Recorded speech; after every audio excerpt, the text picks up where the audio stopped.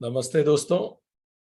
Project self incorporation, US, Bharat, united consciousness, TCF, IMA, इन सभी की तरफ से आप सभी का हार्दिक स्वागत है। हम लोग हनुमान चालीसा सीरीज का अध्ययन कर रहे हैं। आज 15वां सेशन है। हमारा नाम डॉक्टर विक्रांत सिंह तोमर है। अभी तक हमने जितने सेशंस की बात की उसका एक बहुत क्विक रिकैप लेंगे और आज का सेशन हम लोग शुरू करेंगे। श्री गुरु चरण सरोज रज निज मन मुकुर सुधारी, बरनौ रघुवर बिमल जसु जो दायकी फल चारु। ऐसे श्री गुरु जो मेरे अहंकार को समाप्त करते हैं, कुंडलिनी जागरण का माध्यम बनते हैं, अहंकार शुद्ध चित्त को स्थिर करते हैं, उनके चरण की रज से मैं अपने मन को साफ करता हूं और हनुमान जी और श्री राम के गुणों का बखान करता हूं ताकि मुझे अर्थ काम धर्म मोक्ष चारों प्राप्त हो। अपने आप को बुद्धिहीन जानकर मैं श्री पवन कुमार का नमन करता हूं, स्मरण करता हूं ताकि मुझ में जागरण हो, जो प्राणायाम के माध्यम से मन को चेतना से जोड़ सके। ऐसे श्री हनुमान जो मुझे बल बुद्धि विद्या देंगे और मुझसे 5 क्लेश और 6 विकार हर लेंगे। ऐसे श्री हनुमान जिन जो ज्ञान और गुण दोनों का सागर है, जय विजय दोनों जिनके पास है, जिनमें योग्यता के साथ विनम्रता भी है, जो हर पल आनंदित रहते हैं और तीनों गुणों के परे मुझे ले जाने के लिए प्रेरित करते हैं, उनका मैं नमन करता हूं। ऐसे श्री हनुमान जो श्री राम के दूत हैं, जिनमें शौर्य और धैर्य दोनों हैं और जो शारीरिक, आर्थिक और लोअर ऑर्डर नीड से ऊपर उठ के सहस्त्रार चक्र जागृत करने के लिए प्रेरित करते हैं, उनका मैं नमन करता हूं। ऐसे श्री हनुमान जिनका यश स्वयं भगवान गाते हैं, जो पराक्रमी है, वज्र समान अंग हैं जिनके, और जो सुमति की तरफ लेके जाते हैं और कुमति से दूर करते हैं, उनका मैं नमन करता हूं। जो जिनके शास्त्र, शस्त्र, शरीर और वस्त्र चारों खूबसूरत हैं, जो उसमें विराजमान हैं और जो वेदों को सुनते हैं और उनको जीते हैं, ऐसे श्री हनुमान का मैं वंदन करता हूं। जिनके हाथ में अस्त्र हैं और जो अस्त्र साधुओं की रक्षा के लिए उठाते हैं और जो सत्य, धर्म, मर्यादा और सेवा के लिए कार्य करते हैं, उनके जीवन की पताका बनते हैं। ऐसे हनुमान जो वो जनेऊ पहनते हैं, जो हमें तीनों ऋणों से ऊपर उठ अपने आप को पहचानने में मदद करते हैं, उनका मैं नमन करता हूं।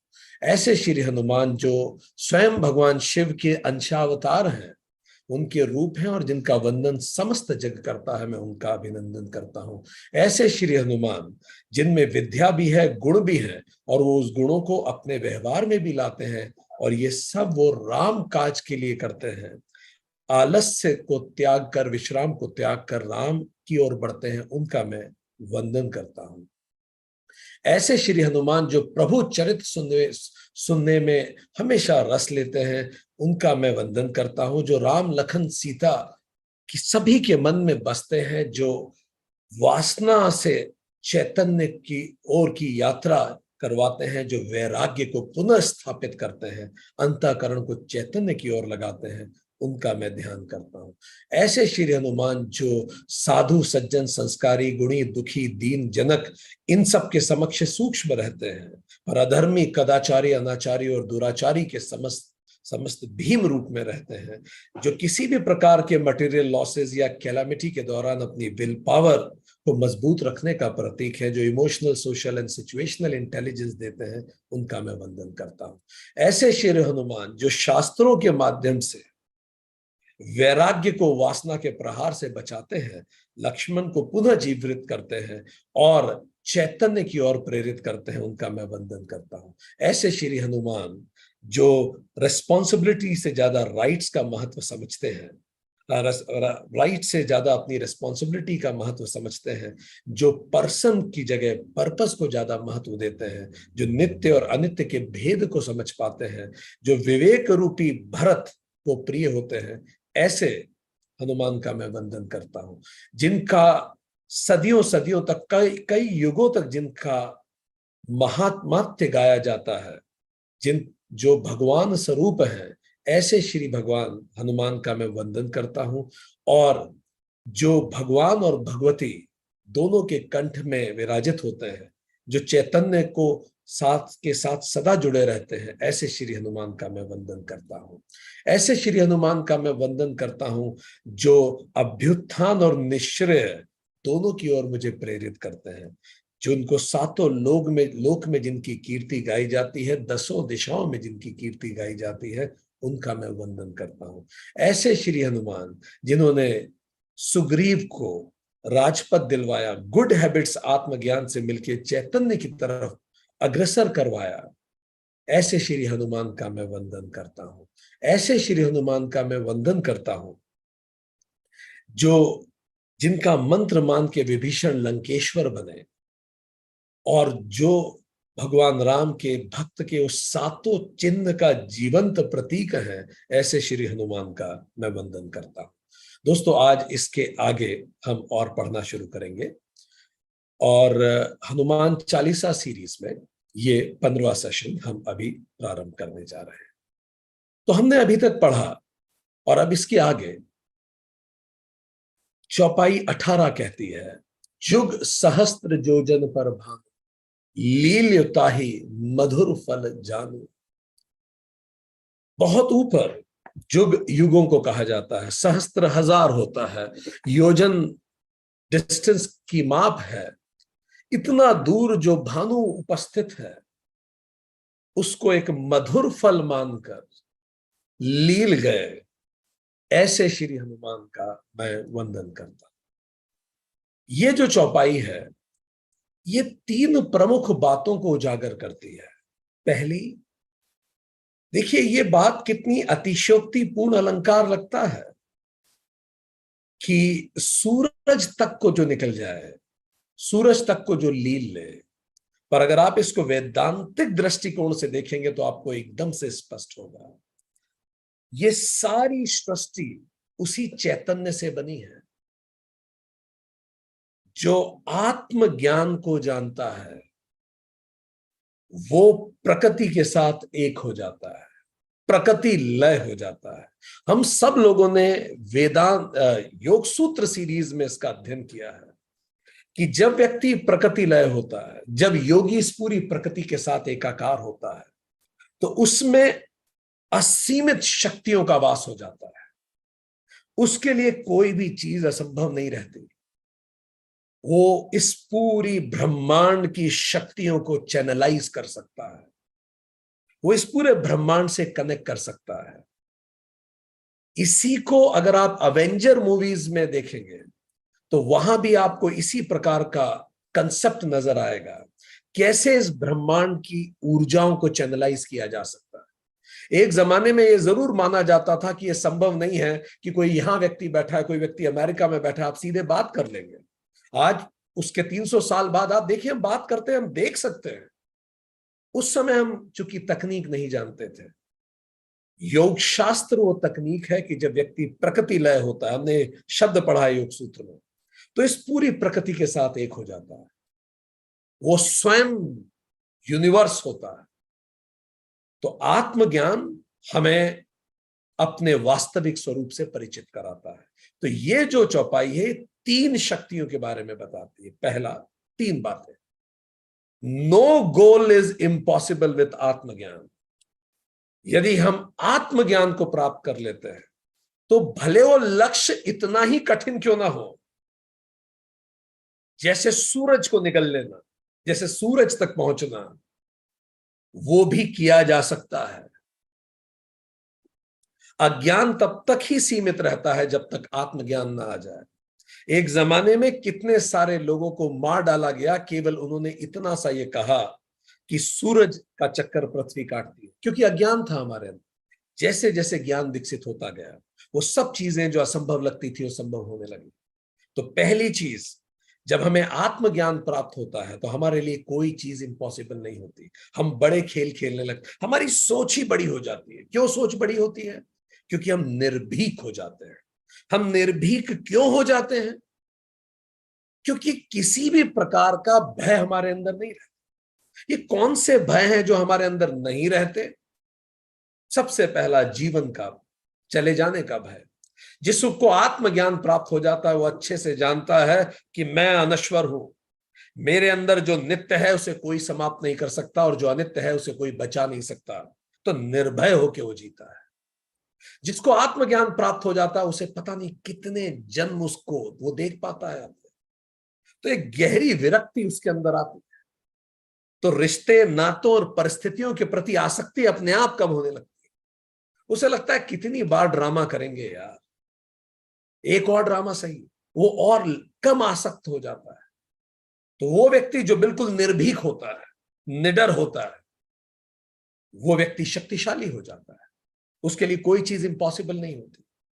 आत्मज्ञान हमें आगे बढ़ाता है। दूसरी चीज, हनुमान जी के पास अंतरिक्ष और समय को झुकाने की क्षमता है। ये दूसरी बात इससे समझ में आती। वो इतने कम समय में सूरज को कूद गए और सूरज को मुंह में रख लिया। ये बात कि समय को झुकाया जा सकता है, तोड़ा मरोड़ा जा सकता है, ये कितनी अजीब लगती थी जब तक आइंस्टाइन ने फॉर्मूला लिख के जनता को ये नहीं समझाया कि ये हो सकता है। हम सब इसको अब पढ़ चुके हैं कि ब्लैक होल इस कदर ग्रेविटी क्रिएट करता है कि टाइम स्पेस में कर्वेचर आ जाता है और समय लंबा हो जाता है, समय की गति पे असर होना चालू हो जाता है। तो हनुमान जी के पास वो क्षमता है कि अंतरिक्ष और समय की रेट को बदल पाते हैं। और ये कोई बड़ी आश्चर्य वाली बात नहीं है। एक ऑर्डिनरी अंतरिक्ष यात्री के साथ ऐसा हो सकता है तो किसी भी व्यक्ति के साथ हो सकता है। कैसे वो इन सबको कर पाते हैं, तीसरी चीज उसको बताती है। श्री हनुमान के पास खगोलीय पिंडों की स्थिति को बदलने की भी क्षमता है। इसीलिए वो इंसान की नियति भी बदल सकते हैं। वो इस खगोलीय पिंडों की स्थिति तक बदल सकते हैं। एक सुंदर सी इसके बारे में कथा आती है। जब महिरावण की मृत्यु हो गई, लंका में युद्ध चल रहा था, महिरावण की मृत्यु हो गई, मारा गया वो, तो रावण एकदम से हड़बड़ा गया। तो रावण ने एक यज्ञ शुरू किया, क्योंकि ये रावण के जो प्रकांड पंडित थे उन्होंने बताया कि अभी ग्रह नक्षत्र जो हैं उनका अलाइनमेंट आपके अनुसार नहीं है। उनकी जो उनकी दशाएं हैं वो आपके विपरीत हैं, आपके पतन की ओर इशारा कर रही।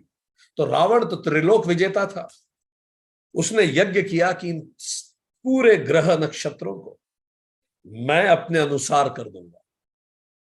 उसने ग्रहों को गिरफ्तार करवा लिया और ग्रहों को गिरफ्तार करके यज्ञ करना शुरू किया। और यज्ञ करके एक एक ग्रह को वैसा पोजीशन करवाने के लिए उसने यज्ञ किया ताकि ग्रह उस अनुरूप पोजीशन हो जाए। रावण की भी इच्छा शक्ति आप देख लीजिए। और वो कथा कुछ ऐसी है कि जब रावण ये यज्ञ करने लगा तो विभीषण समझ गया कि रावण के पास ये क्षमता है। विभीषण ने श्री हनुमान को बताया अगर ये यज्ञ खंडित नहीं हुआ तो बड़ा मुश्किल हो जाएगा, रावण को फिर हराया नहीं जा सकता अगर दशाएं बदल गई तो इस यज्ञ का खंडित होना बहुत जरूरी है। तो हनुमान जी पूरी बानर सेना लेके लंका महल पहुंच गए जहां रावण यज्ञ कर रहा था। एक अधर्म की स्थापना के लिए यज्ञ, अधर्म करते हुए यज्ञ वो कर रहा था। बंदरों ने पूरी यज्ञ वेदी पे उथल पुथल मचा दी, पर रावण का ध्यान इस कदर गहरा था कि वो बिल्कुल उसका ध्यान विचलित ही नहीं हो रहा था। हनुमान जी को नहीं समझ में आ रहा था कि क्या करें। अचानक उन्हें एक युक्ति सूझी और यह निर्धारित किया गया कि रावण की जो रानी है मंदोदरी, उसको रावण बड़ा प्रेम करता है। तो बंदरों को आदेशित किया गया कि जाके मंदोदरी को परेशान करो। जब मंदोदरी मदद के लिए चिल्लाएगी तो रावण उठेगा मदद के लिए। हुआ भी वही। बंदरों ने मंदोदरी को इतना परेशान किया और मंदोदरी ने उलाहना देते हुए रावण को कहा कि भगवान सबको ऐसा पति दे कि मेरी बेइज्जती हो रही है, ये मुझसे मिसबिहेव कर रहे हैं बंदर, और मेरा पति आंख बंद करके बैठा हुआ है। तो ऐसी कथा जाती है कि रावण को ये बात बहुत चुभी और रावण उठे और मंदोदरी की मदद के लिए गए। इतने में श्री हनुमान ने वो पूरा यज्ञ भंग कर दिया और सारे ग्रहों को मुक्त किया। उसी दिन से ग्रहों ने हनुमान जी का आभार माना और सूर्य, चंद्र, मंगल, बुध, बृहस्पति, शुक्र, शनि, राहु, केतु ने हनुमान जी को अनुग्रह पूर्वक ये कहा कि जो भी आपका भजन करेगा उसकी ग्रह नक्षत्र जो भी हो वो उसके प्रभाव से वंचित हो जाएगा। अगर उसके विपरीत ग्रह नक्षत्र है तो भी उस पर प्रभाव नहीं पड़ेगा। इस बात को अच्छे से समझिए। अत्यधिक इच्छा शक्ति का व्यक्ति पर ग्रह नक्षत्र अपने प्रभाव नहीं डाल सकते। एक हमारे अंदर आंतरिक शक्ति भी होती है, एक बाह्य शक्ति है। बाह्य शक्ति निश्चित तौर पे हमें प्रभावित करती है, पर वो विरले लोग जिनमें असीम आत्मबल होता है, किसी भी प्रकार के ग्रह नक्षत्र हो, वो अपने जीवन की यात्रा पर सटीक आगे बढ़ते हैं। सूर्य ने आशीर्वाद दिया हनुमान जी को कि सूर्य प्रकाश आभा हनुमान भक्त को प्राप्त होगी। चंद्र ने कहा हनुमान भक्त भावनाओं पर नियंत्रित कर पाएगा। मंगल ने कहा हनुमान भक्त आक्रामकताओं के विरुद्ध लड़ पाएगा, कोई भी उस पर आक्रमण करेगा। मंगल ग्रह वॉरियर प्लेनेट। बुद्ध ने कहा हनुमान भक्त की बुद्धि प्रवीण होगी। बृहस्पति ने कहा हनुमान भक्त तर्क शक्ति में एक्सपर्ट होगा, लॉजिकल होगा। शुक्र ने कहा हनुमान भक्त रचनात्मक हो जाएगा। शनि ने कहा हनुमान भक्त का धैर्य बढ़ेगा। राहु ने कहा हनुमान भक्त में स्पष्टता बढ़ेगी। और केतु ने कहा हनुमान भक्त शांत रह पाएगा। जैसी मति होती है जीवन की, वैसी गति होती है। और ये सब ग्रह नक्षत्र भी आत्मज्ञान के सामने समर्पित कर देते हैं। तो जुग सहस्त्र योजन पर भानु लील्यता ही मधुर फल जानू। आत्मज्ञान हमारे कुंडली को तक बदल सकता है, क्योंकि कुंडली से ज्यादा ताकतवर होती है कुंडलिनी शक्ति। आप कुछ भी लिखवा के लाएं कुंडली में, हर व्यक्ति की एक कुंडली है और उस कुंडली का निश्चित तौर पे उसका प्रभाव है उस पर। यह पूरा एक विज्ञान है। पर आत्मज्ञान एक एक्सेप्शन है, वो उससे परे हो सकता है। जैसे भगवान कृष्ण गीता में कहते हैं अंतिम पल भी अगर आत्मज्ञान जागृत हो गया तो आप सारे कर्म बंधनों से मुक्त हो जाएंगे। जब हनुमान जी संजीवनी लेके आ रहे थे तो रावण उस समय भी, रावण ने यही किया, सूर्योदय को जल्दी करने का प्रयास कर रहा था। इस समय एक सुंदर कविता जो हमें बड़ी पसंद आती है, यह हमें कहीं ऑनलाइन मिली, राधेश्याम रामायण जी ने शायद इसको लिखा है, क्योंकि नीचे उन्हीं का नाम था। इसका रचयिता अगर वो है तो उनको साधुभाव, या जिसने भी लिखी हो। जब रावण कोशिश कर रहा था कि सूरज उग जाए ताकि संजीवनी लाना ही व्यथा हो जाए और लक्ष्मण मर जाए, तो एक कवि ने इतना सुंदर उस घटना को लिखा है कि कैसे श्री हनुमान ने सूरज को समझाया। सुनिए गौर से, इससे समझ में आता है हनुमान जी में विवेक चातुर्य कितना था। उस भानु को कैसे समझाया, सुनिए कविता। हे सूरज इतना याद रहे, संकट एक सूरज वंश पे है। Look at the intelligence. वो ये नहीं कह रहे मेरे लिए कुछ करिए, वो याद दिला रहे हैं ये जो पूरा रघुकुल है ये सूर्य वंश है, ये आपका ही वंश है, आपके वंशज है। डायरेक्ट रिलेशन स्टैब्लिश कर रहे हैं।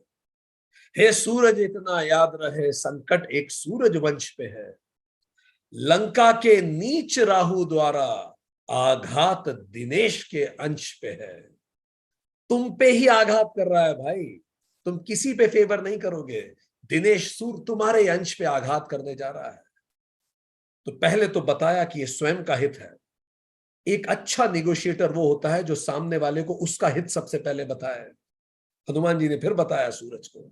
फिर देखिए विनम्रता, यही हनुमान जी की क्वालिटी। फिर कहा इसलिए छिपे रहना भगवान, जब तक न जड़ी पहुंचा दूं मैं, बस तभी प्रकट होना दिनकर, जब संकट निशा मिटा दूं मैं। भगवान बस इतनी कृपा करना कि थोड़ा रुक जाना, ऐसा ना करें कि रावण के जोर में आके आप जल्दी उदय हो जाए। अब विनम्रता भी है, निगोशिएशन स्किल्स देखिए, सामने वाला का हित बताया, बीइंग वेरी पोलाइट। तीसरा कॉन्सिक्वेंसेस भी बता रहे हैं कि अगर ये हमारी डील नहीं हुई तो कॉन्सिक्वेंस क्या होगा, ये भी सुनिए।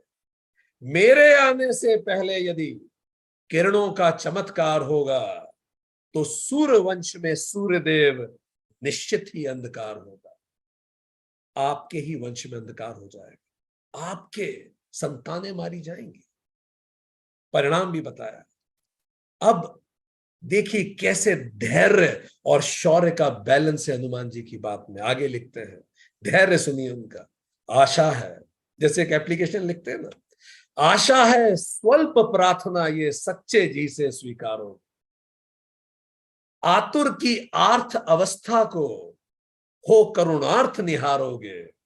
करुणा के साथ आप मेरी एप्लीकेशन को स्वीकार करेंगे कि रावण के दबाव में आके गलत कार्य मत करना। यह आशा है मेरी कि आप सुनेंगे मेरी। ये धैर्य से उन्होंने बात रखी, पर इस धैर्य के पीछे आगे क्या कहा सुनिए, यही है शौर्य। अन्यथा क्षमा करना दिनकर, देखिए टोन बदलती है। अन्यथा क्षमा करना दिनकर, अंजनी तने से पाला है। अंजनी का दूध पिया है मैंने फिर। बचपन से ही जान रहे हो तुम हनुमत कितना मतवाला है। नहीं तो आप तो मुझे बचपन से जानते हैं कि मैं क्या कर सकता हूं। अन्यथा क्षमा करना दिनकर, अंजनी तने से पाला है। बचपन से ही जान रहे हो तुम हनुमत कितना मतवाला है। मुख में तुमको रखने का फिर वही क्रूर साधन होगा। याद दिलाया कि वो एक बार कर चुका हूं, अब तो और बड़ा हो चुका हूं। मुख में तुमको रखने का फिर वही क्रूर साधन होगा। बंदी मोचन तब होगा जब लक्ष्मण का दुख मोचन होगा। तो दो रास्ते हैं आपके पास, या तो विनम्रता से मेरी बात मान लीजिए, नहीं तो मुझे दूसरे रास्ते भी आते हैं। इसी कारण सिख गुरुओं ने कहा, मीरी भी और पीरी भी। एक हाथ में रखिए शास्त्र और दूसरे हाथ में रखिए शस्त्र। जो शास्त्र की भाषा न समझे तो शस्त्र उठाने में भी इंतजार नहीं होना चाहिए। शस्त्र आवश्यक हैं शास्त्रों की रक्षा के लिए, और शास्त्र ये बताते हैं कि शस्त्र कहां उठाया जाना चाहिए। इसलिए दोनों का अपना महत्व है। तो हनुमान जी उस भानु तक पहुंच सकते हैं, या आत्मज्ञान की शक्ति का उदाहरण प्रस्तुत करते हैं। आगे बढ़ते हैं। 19वीं चौपाई। प्रभु प्रभु मुद्रिका मेलमुख माही, जलधि लाध गए अचरज नाही। प्रभु की जो मुद्रिका थी उसको मुंह में रखकर पूरी जलधि लांध गए। और ये अचरज का विषय नहीं है, ये कोई बड़ी बात नहीं है उनके लिए। पूरी जलधि लांध गए प्रभु की मुद्रिका को मुंह में रखकर। प्रभु मुद्रिका, अब फिर से वेदांत की ओर जाएं ताकि हम मतलब समझ सकें। प्रभु मुद्रिका, चेतना का स्मरण, राम नाम जपना। क्योंकि अंत में हम जानेंगे कि राम नाम ही सत्य है। हर पल ये जपते रहना कि मैं इस ड्रामा में बहुत टेम्पररी हूं, ज्यादा अटैच होने की आवश्यकता नहीं।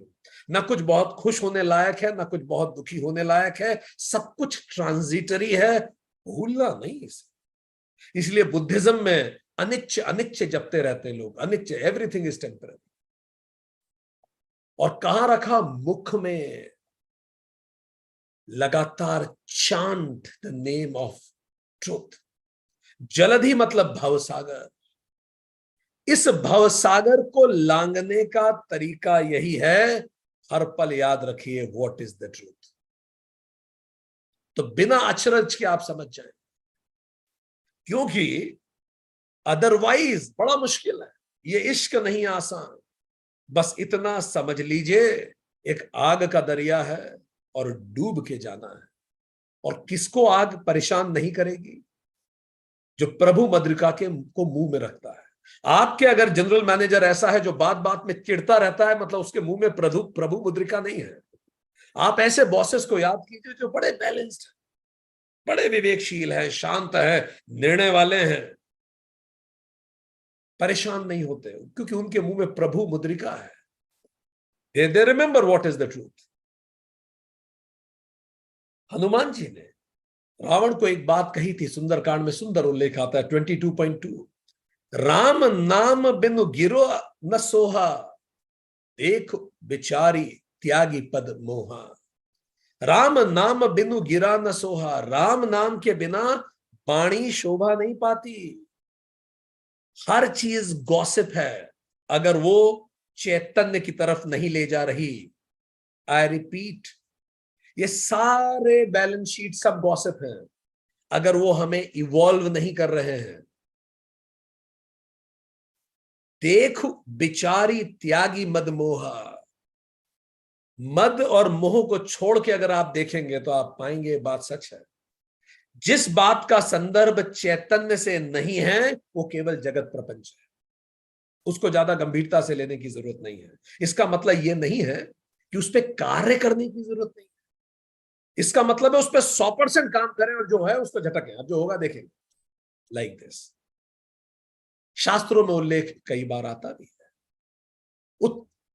उत्तरकांड में आता है, कृत जुग त्रेता द्वापर पूजा, मख अरु जोग, जो गति होई सो कली हरि, नाम ते पावही लोग। बड़ा सुंदर बात कही। सतयुग, त्रेता और द्वापर में जो गति पूजा, यज्ञ और योग से प्राप्त होती है, वही गति कलयुग में केवल भगवान के नाम से प्राप्त हो जाती है। बहुत सुंदर बात है। सतयुग में यज्ञ से जो गति प्राप्त होती है, त्रेता युग में जो गति हमें प्राप्त होती है ये ध्यान करने से, योग करने से, और द्वापर में जो गति हमें प्राप्त होती है अर्चना करने से, पूजा करने से। शास्त्र ये कहते हैं मोक्ष के जो मार्ग हैं हर युग में बदले हैं। त्रेता में मोक्ष का मार्ग था यज्ञ, सॉरी यहां से शुरू करेंगे कि कृतयुग में जो था मोक्ष का मार्ग वो ध्यान था। कृतयुग सबसे पहले सतयुग, त्रेता में वो यज्ञ बना, द्वापर में अर्चना मार्ग बन गया, पूजा अर्चना करें। पर कलयुग में जो मोक्ष का मार्ग है वो संकीर्तन है, भगवान का कीर्तन करने से। तो केवल नाम से ही सब कुछ हो जाता है कलयुग। भीष्म जी से जब युधिष्ठिर ज्ञान मांगने गए तो भीष्म ने कहा कि ऋषि व्यास ने, ऋषियों ने जितने भी विष्णु के नाम अभी तक सोचे थे, जितने भी नारायण के नाम अभी तक गाए जाते थे, उनको संकलित कर लिया है और उस संकलन को कहते हैं विष्णु सहस्त्र नाम। तो भीष्म ने 1000 नाम विष्णु के बताए और बोला ये सब तो मुझे व्यास जी ने बताया। 1000 नाम है विष्णु के, 1000 नाम से आप उस सत्य को याद कर सकते हैं। जैसे एक नाम है अच्युत जो कभी ना हिले, ठीक, बहुत सारे नाम है विष्णु के, नारायण है। तो कहते हैं कि ये नाम जो याद रखता है कलयुग में, जिसको चांद करता रहता है, सब कुछ टेम्पररी है, वो डिटैच रहता है, स्टेबल रहता है और पावरफुल रहता है। द्रौपदी की कोई सुरक्षा न कर सका, पर जैसे ही उसने श्री कृष्ण का नाम जपा, भगवान स्वयं आ गए। इसीलिए हमारे यहां समाज में सुबह सुबह कहते थे राम राम जी की जय जय राम, क्या बोलते, सुबह सुबह गांवों में नहीं कहते थे राम राम भाई साहब। राम राम का मतलब ये है चेतना को याद रखना आज दिन भर, ठीक। राधे राधे, धारा का उल्टा है राधा। ये जो जगत प्रपंच है इससे उल्टे बहना आज दिन भर, ये तो लील जाएगा शाम तक। सीताराम, एक दूसरे को सीताराम जी की कहते, जय सीताराम जी। नमस्ते या हेलो करने का तरीका ही ये था भारतीय ग्रामीण परिवेश में। सीताराम, मन को चैतन्य की तरफ जोड़े रखना। हरिओम, ओम का मतलब यही तीनों के परे जाना। ओम तत्सत, ओम तत्सत बस वही सत्य है, बाकी सब फालतू की बातें हैं। कहां लगे हो? कई बार जब हम सुबह घूमने जाते हैं तो हम देखते हैं सुबह ब्रह्म मुहूर्त में भी कई लोग जो घूमने निकलते हैं, उनकी आपस की बातचीत बहुत ज्यादा जगत प्रपंच की होती है। ये समय है ओम तत्सत याद करने का। ये नाम जप से कई लोग हमसे पूछते सर इससे ताकत कहां से आती है? चलिए आप में से जितने लोग बिजनेस कर रहे हैं, नौकरी कर रहे हैं, जो भी कर रहे हैं, आप में से कितने लोग हाथ खड़ा करें, मानते हैं ये बात कि किसी भी देश में सबसे कठिन नौकरी होती है फौज, जो बॉर्डर्स पे लड़ते हैं,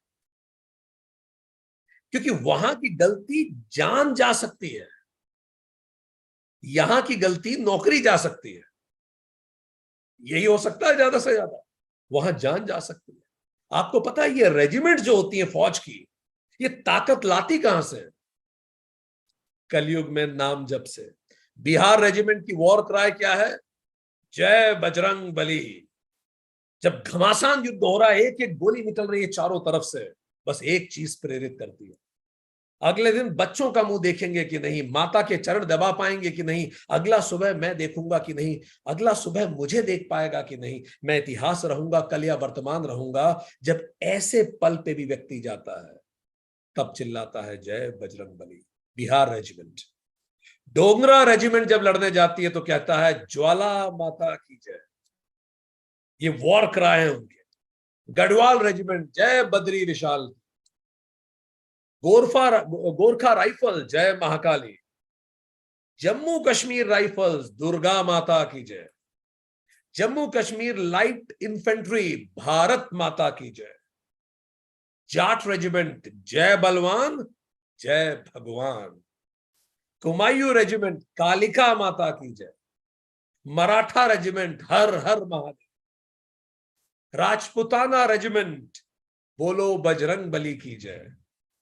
राजपुताना राइफल्स राजा रामचंद्र की जय।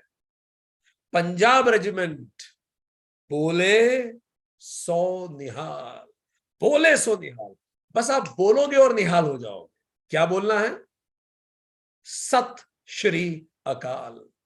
सत्य केवल वही है जो काल के परे है। सत श्री अकाल, बाकी सब ड्रामा है। तो कलयुग में प्रभु मुद्रिका मेल मुख माही, बस वही ताकत देता है। आप सोचिए अगर मौत सामने खड़ी हो तब ये ताकत दे सकता है, तो यार दिन भर की ऑफिशियल मीटिंग में ताकत नहीं दे सकता। Think about it. सतयुग, सब योगी और विज्ञानी सतयुग में करते ही ये थे। सतयुग में हमेशा हरि का ध्यान किया जाता था। वो ध्यान करते थे, वो यज्ञ करते थे। त्रेता युग में यज्ञ किया जाता था, सत्कर्म किए जाते थे। द्वापर युग में अनेक प्रकार के अर्चना कीर्तन, और कलयुग में हरि के गुण की गाथा हमें करनी है, नाम जप जिसको कहते हैं। प्रकट चारि पद धर्म के, कली महु एक प्रधान, जेन केन विधि दीन है दान, करई कल्याण। उत्तरकांड 103। अब ये एक और महत्वपूर्ण बात बता रहे हैं। धर्म के 4 चरण हैं, वो बता रहे हैं। सत्य, दया, तप और दान। इन चारों में से कलयुग में एक ही चरण प्रधान है। और कौन सा है कलयुग में जो सबसे ज्यादा प्रधान है इन चारों में से? दान। दान है प्रधान। तो वहां हमने जाना कलयुग में मोक्ष का रास्ता है नाम सुमरन, और कलयुग में धर्म का रास्ता क्या है, ये दूसरी बात है। कलयुग में धर्म का रास्ता है दान। जरा समझे इसको। जो युग था सत्व बहुत रज कुछ रति कर्मा, सब विधि सुख त्रेता कर धर्मा। अब वो बता रहे आगे तुलसीदास जी, जो त्रेता का जो धर्म था उसमें क्या होता था, त्रेता का जो समय कैसा था? सत्व बहुत रज कुछ, प्रिडोमिनेंटली सत्व गुण था, रज बहुत छोटा सा था, जरा सा नॉमिनल कम था, और तम तो बिल्कुल ही नॉमिनल था। सब विधि सुख त्रेता कर धर्मा, सब लोग खुश रहते थे। रति कर्मा, और हर व्यक्ति कर्म अपना अपना कर्म निभाते थे, हर व्यक्ति अपनी रिस्पॉन्सिबिलिटी निभाता था। तो त्रेता के 3 फीचर बता रहे हैं वाल्मीकि जी। पहला, सत बहुत था, सत और रज था, तम बिल्कुल कम था। कर्मों में सबकी प्रीति होती थी और सब प्रकार से सब सुखी रहते थे। सत्व बहुत रज कुछ रति कर्मा, सब विधि सुख त्रेता कर धर्म। फिर द्वापर में क्या हुआ? बहुरज स्वल्प सत्व कुछ तामस, द्वापर धर्म धर्म हर्ष भय मानस। उत्तरकांड। तो द्वापर में क्या हुआ? रज बहुत बढ़ गया, बहुरज, इसलिए तो इतने युद्ध किए इन लोगों ने, महाभारत कर दी। बहुरज स्वल्प सत, सत कम हो गया, पहले सत ज्यादा था रज कम था, अब रज बढ़ गया सत कम हो गया, और अब तम पहले से ज्यादा हो गया। मन में द्वापर में क्या है? धर्म हर्ष भय मानस, कभी मन खुश होता है कभी मन दुखी होता है। सत्व में मन हमेशा खुश रहता था, पर अब क्या होता है? कभी मन खुश रहता है कभी दुखी रहता है, डायलेक्टिक्स में चलता है। ठीक। और अब कलयुग में क्या है? तामस बहुत रजोगुण थोरा, कली प्रभाव विरोध चहु ओरा। अब तम प्रोमिनेंट हो जाएगा, रज, और आखिरी में बचेगा सत्य। मेरी कंपनी चलाने के लिए मैं आपकी कंपनी बिठा दूं, मेरा घर चलाने के लिए मैं आपका घर बिठा दूं, मेरा हित आपका हित, चारों ओर कली प्रभाव विरोध चहु ओरा। चारों ओर विरोध कलयुग का धर्म है। तो तुलसीदास बता रहे हैं इसमें कि कलयुग में जब चारों ओर विरोध होगा, एक ही चीज हमें आगे बढ़ाएगी, वो क्या है? नाम जप। वो क्या है? प्रभु का स्मरण। अब एक महत्वपूर्ण चीज यहां से उभर के सामने आती है, ये प्रभु का स्मरण किस प्रकार किया जाता है और उससे कैसे रास्ता निकलता है। इसी को तुलसीदास जी ने श्री राम गीता के रूप में रणभूमि में प्रस्तुत किया है। कैसे ये होता है? नाम जप करने से क्या होता है? अर्जुन जब संशय में था महाभारत में तो श्री कृष्ण गीता आई, विभीषण जब संशय में आया तो श्री राम गीता आई। श्री राम गीता 2 बार आई है। पहला, जब जंगल में थे तो श्री राम ने लक्ष्मण को सिखाया था कि कैसे जीवन जिया जाता है, उसको भी श्री राम गीता कहते हैं। दूसरी बार जब युद्ध चालू हुआ, तब युद्ध में भगवान राम ने विभीषण को समझाया, पाठ बताया जीवन जीने का, उसको भी श्री राम गीता कहते हैं। जो अरण्य में लक्ष्मण को समझाया था जंगल में, वो रामचरितमानस के अरण्य कांड में 13.3 में उल्लेखित है। वेद व्यास जी ने जो आध्यात्म रामायण के उत्तरकांड में 5वें अध्याय में 62वां श्लोक लिखा है, उसको श्रुति सार संग्रह भी कहते हैं। वो वेदों का सार भी कहा जाता है। और जो रण में विभीषण को उन्होंने बताया श्री राम ने, वो लंका कांड में उल्लेखित आता है। 79.2 से 79.6 में उल्लेखित है। तो 2 हैं श्री राम गीता, एक जंगल में लक्ष्मण को, एक रण में विभीषण को, एक अरण्य कांड में, दूसरा लंका कांड में। चलिए आज हम पढ़ेंगे श्री राम रण गीता, जो उन्होंने विभीषण को बताई। रण में जो गीता है वो विभीषण को उन्होंने बताई। ठीक, आगे पढ़ते हैं। चलो, कैसे राम नाम की मुद्रिका से हम भवसागर को जीत जाएंगे, वो भगवान राम ने बताया। ये कुछ हुआ ये कि जब राम वहां लड़ने पहुंचे तो उधर रावण अपने बड़े से रथ पे लड़ने के लिए आया, तो विभीषण एकदम से घबरा गए। विभीषण घबरा के गए राम जी के पास और कहा, नाथ न रथ नहीं पद तन त्राणा, नाथ न रथ नहीं तन पद त्राणा। हे भगवान, आपके पास ना तो रथ है, नहीं रक्षा करने वाले कवच हैं, नहीं आपने जूते ही पहन रखे हैं। के ही विधि जीतब बिल बलबाना, तो आप कैसे जीतेंगे इस बलवान से जो रथ पे आया है आपसे लड़ने? आपके पास तो कुछ नहीं है। विभीषण घबरा गया। श्री राम ने कहा, सुनहु सखा कह कृपा निधाना, जेहि जय होई सो स्यंदन आना। सुनो विभीषण, सुनहु सखा, सुनो सखा। कृपा निधान ने कहा, जिससे जय होती है ना, वो रथ ये है। वो रथ मेरे पास ऑलरेडी है, तुम चिंता क्यों करते हो? जिससे जय होती है वो रथ है। विभीषण घबरा गया था, अधिक प्रेम होने के कारण उसने ये कहा। रावण के पास संसाधन थे पर श्री राम के पास सामर्थ्य था। रावण के पास सत्ता थी, श्री राम के पास स्वसत्ता थी। तो चलिए भगवान राम ने क्या कहा जरा सुनिए, बहुत सुंदर श्री राम गीता। कौन सा रथ है राम जी के पास? क्यों राम का नाम हम हमेशा चांट करें? सौरज धीरज तेहि रथ चाका, सत्यशील दृढ़ ध्वजा प्रताका। शौर्य और धैर्य इस रथ के चक्के हैं। सत्यशील सत्यशील दृढ़ ध्वजा प्रताका। सत्य और शील इस रथ के ऊपर ध्वजा है। बल विवेक दम परहित घोरे, क्षमा कृपा समता रज जोड़े। बल, विवेक और दम और परहित, ये चारों घोड़े हैं मेरे। और वो घोड़े कैसे जुड़े हुए हैं? वो क्षमा और कृपा और समता की डोरी से जुड़े हुए हैं। ये डोरी है क्षमा, दया और समता।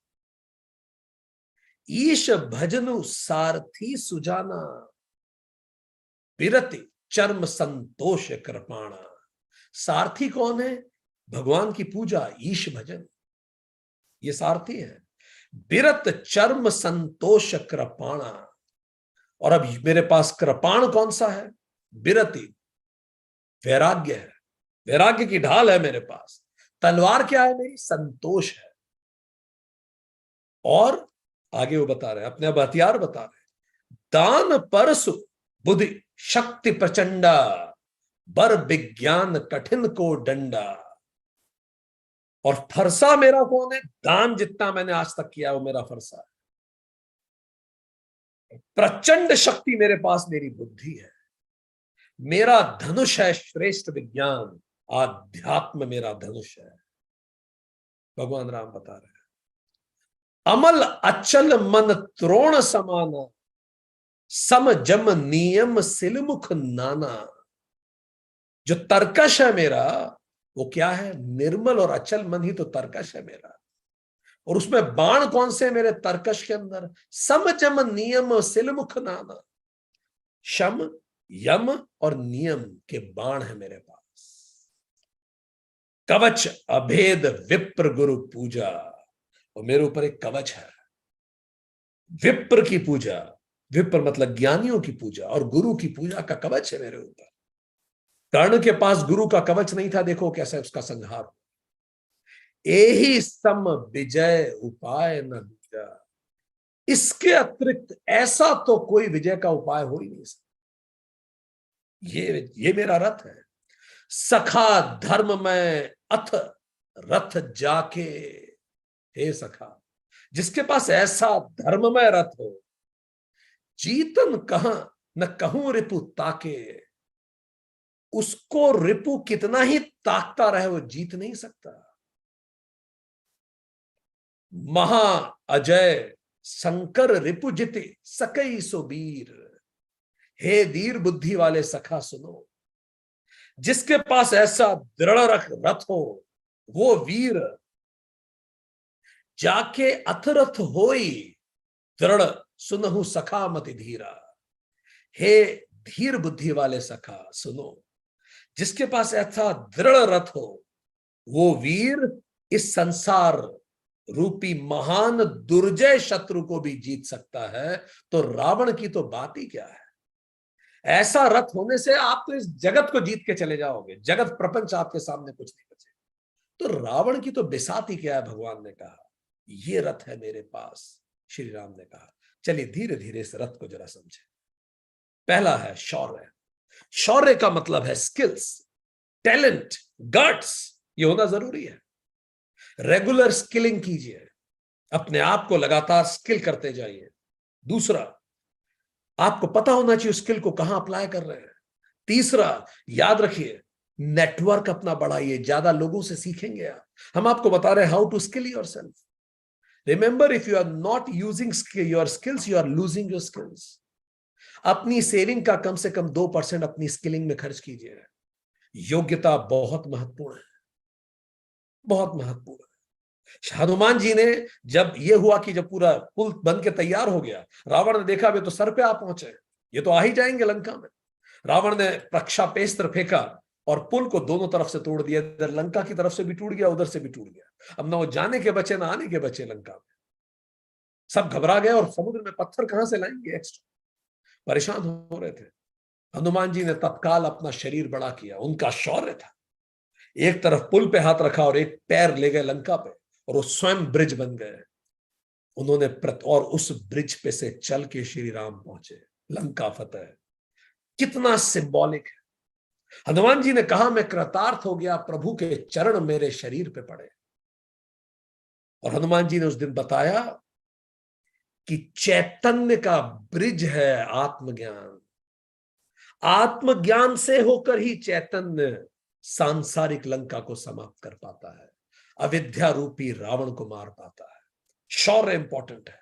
कई लोग आध्यात्मिक होके डल हो जाते हैं। डलनेस आध्यात्म नहीं है।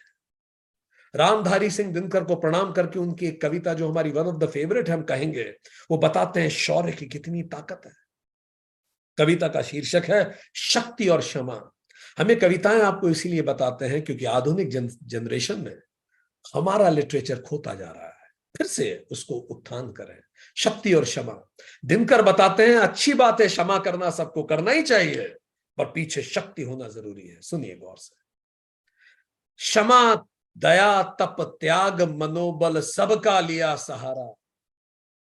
सब तो करके देख लिया था, पांडवों ने नहीं किया था। पर नर व्याघ्र सुयोधन तुमसे कहो कहां कब हारा। पर दुर्योधन माना क्या? सब करके देख लिया था। क्षमाशील हो रिपु समक्ष, तुम हुए विनीत जितना ही। दुष्ट कौरवों ने तुमको कायर समझा उतना ही। तुम तो क्षमाशील हो रहे थे, विनीत हो रहे थे कि चलो लड़ाई ना करना पड़े, पर कौरवों को लग रहा था कि भाई तुम कमजोर हो, कायर हो। आगे जो बात है वो तो युग के वाक्य है। क्षमा शोभती उस भुजंग को, जिसके पास गरल हो। उसको क्या जो कमजोर दंतहीन विषहीन विनीत और सरल। भुजंग उस ही सांप को, किसी को माफ कर देना शोभा देता है। जिस सांप के अंदर जहर हो, वो काटेगा तो मर जाओगे। पर ऐसा सांप जो कमजोर हो, दंतहीन हो, विषहीन हो, वो कहे कि मैं नहीं काट रहा तुम्हें, तुम्हारे काटने की वैल्यू क्या है? 3 दिवस तक पंथ मांगते रघुपति सिंधु किनारे। 3 दिन तक हाथ जोड़ के बोलते रहे रास्ता दे दो समुद्र से। 3 दिवस तक पंथ मांगते रघुपति सिंधु किनारे। बैठे पढ़ते रहे छंद अनुनय के प्यारे प्यारे। आपके आसपास भी ऐसे कई लोग होंगे, आप प्यार से उन्हें समझा रहे हैं बहुत समय से। बैठे पढ़ते रहे छंद अनुनय के प्यारे प्यारे। उत्तर में जब एक नाद भी उठा नहीं सागर से। सागर कुछ नहीं बोला। उठी अधीर धधक पौरुष की, आग राम के शर से। राम के अंदर पौरुष की जो आग थी वो धधक उठी। पुरुषार्थ का समय था, प्यार से बात करने का समय गया, और शर मतलब तीर निकाला राम ने अपना। जैसे ही श्री राम ने तीर निकाला, सिंधु देहधर त्राही त्राही, तरता आ गिरा शरण में। जैसे तीर निकाला, प्यार से नहीं समझ में आ रहा, जैसे तीर निकाला तुरंत पैरों में आ गया। चरण पूज दास्तां ग्रहण की, बंधा मूड बंधन में। आगे जो उन्होंने कहा है दिनकर जी ने, वो सबसे खूबसूरत है। सच पूछो तो शर ही, शर मतलब तीर। सच पूछो तो शर में ही बसती दीप्ति विनय की। विनय का जो शालीनता, विनम्रता की जो ज्योति है, वो तीर की नोक पे ही बसती है। सच पूछो तो शर में ही बसती दीप्ति विनय की। संधि वचन संपूज्य उसी का, जिसमें शक्ति विजय की। आप शक्तिशाली हैं, आप उसे हरा सकते हैं, तो भी हाथ मिला के संधि के लिए जब हाथ बढ़ाएंगे वो आपको गले लगा लेगा, क्योंकि आप में शौर्य है, उसे पता है कि दूसरा रास्ता भी है। यही हनुमान जी ने समझाया था सूर्य को, यही तो हनुमान जी है। सहनशीलता क्षमा दया को तभी पूजता जग है, जग तभी इनको पूछता है। क्षमाशीलता क्षमा दया को तभी पूजता जग है, बल का दर्प चमकता उसके पीछे जब जगमग है। जब आपके पीछे बल चमकता है, शौर्य चमकता है, तब आप जब किसी को क्षमा करते हैं आपकी बड़ी कीमत होती है। तो शौर्य बढ़ाना बहुत जरूरी। आध्यात्म का मतलब कमजोर हो जाना नहीं है, और मजबूत बनिए, योग्य बनिए। दूसरी क्वालिटी धैर्य, increase your patience. Couple of tips धैर्य बढ़ाने की, क्विक फास्ट टिप्स, क्योंकि जैसे हमने कहा धैर्य के साथ ही शौर्य शोभा देता है। यही उस रथ के चक्के हैं, धैर्य और शौर्य। कई लोग होते हैं जिनमें केवल शौर्य वो बहुत लेस पॉपुलर हो जाते हैं। हनुमान जी ने कभी धैर्य नहीं खोया। यही हनुमान जी है शौर्य और धैर्य का प्रतीक है। Quick couple of tips. पहला, इस सूत्र को जीवन में अपना लीजिए, do your best and leave the rest, मन शांत रहेगा। दूसरा, ट्रस्ट हायर, हायर को ट्रस्ट कीजिए, विधाता के प्लान को। तीसरा, थिंक बिफोर यू एक्ट, कुछ भी कहने या करने से पहले सोचिए। चौथा, 360 डिग्री व्यू, जब तक सब कुछ उस चीज के बारे में सब कुछ जानकारी आपको ना मिल जाए तब तक कुछ रिएक्ट मत कीजिए। पांचवा, इवनिंग डिसिप्लिन, सूरज अस्त वार्ता निरस्त। शाम को सूरज अस्त के बाद विवादित बातों को रोक दीजिए। अगले दिन सुबह से घर में लड़ाई फिर से चालू कर लीजिए, करना है तो, पर रात को सूर्यास्त के बाद विवादित विषयों पे बात ही नहीं करनी। अगला, कोशिश कीजिए कोई भी चीज अगर अनिवार्य ना हो तो 24 घंटे बाद उसका रिप्लाई कीजिए। अगर कोई चीज जो चुप गई है उस चीज को 24 घंटे बाद रिप्लाई कीजिए, आप रिलैक्स होकर बात कर पाएंगे। सेल्फ ऑब्जर्वेशन, अपने आप को ऑब्जर्व करना शुरू कीजिए। अगला is share your thoughts with others. Next is, कुछ भी बोलने से पहले खुद से पूछिए, is it must to speak, क्या जरूरी ही है मैं बोलूं? ना बोलूंगा तो कुछ बिगड़ ही जाएगा, तभी बोलिए। अगला, होल्ड ब्रेथ, जब मन अशांत हो सांस रोकने, जितना सांस लंबा रोकेंगे उतना मन शांत होगा। अगला, मेडिटेट कीजिए। अगला, रिवर्स काउंटिंग, उल्टी गिनती गिनिए। राइट, खुद को मेल लिखिए, डायरी लिखिए। और लास्ट इज, प्रैक्टिस कीजिए, धीरे धीरे धैर्य बढ़ता है। तीसरी क्वालिटी, सत्य। सत्य मतलब honesty. Honesty is always the best policy. जब तक ये इलेक्ट्रॉन ऑनेस्टली घूम रहे हैं हम सब बचे हुए हैं। जहां करप्शन आ गया इलेक्ट्रॉन में, सारा सब कुछ समाप्त हो जाएगा। नियम एक सिंपल है, गलत करना नहीं और किसी से डरना नहीं। डरता वही है जो गलत करता है। सत्य बढ़ाने के लिए पहला, सेल्फ रिफ्लेक्शन, हमेशा देखिए क्या आप सत्य पे हैं। दूसरा, ट्रांसपेरेंसी, जो बात है उसको अच्छे शब्दों में अच्छे से बताइए, ट्रांसपेरेंट रहिए। तीसरा, अकाउंटेबिलिटी, अपने दोस्तों को बताइए कि आप गलत नहीं बोलते हैं, ताकि अगर कभी आप गलत बोले तो दोस्त टोके आपको। चौथा, से नो बोलना सीखे, नहीं तो आपको झूठ बोलना पड़ेगा। पांचवा, एडमिट मिस्टेक, कभी गलती है तो एडमिट कीजिए मिस्टेक, इतने गट्स रखिए, इसी को ऑनेस्टी कहते हैं। छठा, थिंक बिफोर यू स्पीक, बोलने से पहले सोचिए, तुरंत मत बोल जाइए, ताकि आप सत्य बोल सके। और अंतिम सातवां, प्रैक्टिस एम्पैथी, आप जो कह रहे हैं उसका दूसरे पे क्या असर पड़ेगा उस पर विचार करके बोलिए, इसलिए हमेशा सही बोलिए, उसकी मदद हो उससे। योग सूत्र, अगर आपको और जानना है, योग सूत्र का सेशन 42 में इस पे डिटेल में चर्चा हुई, वहां पढ़िए। चौथी क्वालिटी, शील, आचरण में लाना, ज्ञान को व्यवहार में रूपांतरित करना शील है। जानना अलग विषय है, उसको जीना। बौद्धिज्म में कहते हैं प्रज्ञाशील और समाधि ये त्रिरत्न है। प्रज्ञा मतलब विजडम, शील मतलब कंडक्ट, वो प्रज्ञा व्यवहार में आनी चाहिए। कितने सारे ऐसे लोग हैं जो बड़े आध्यात्मिक सेशन अटेंड करते हैं पर उनका व्यवहार अपने आसपास वालों के प्रति अच्छा नहीं होता। तो फिर ऐसा ज्ञान का क्या मतलब कि आपका व्यवहार विनम्र नहीं है दूसरों के प्रति। प्रज्ञाशील, उसी से समाधि लगती है, बौद्धिज्म ने कहा। इसके लिए क्विक टिप्स, पहला, डेलिबरेट प्रैक्टिस, व्यवहार में लाने के लिए प्रैक्टिस करना पड़ेगी। दूसरा, कंसिस्टेंसी, डेली कीजिए।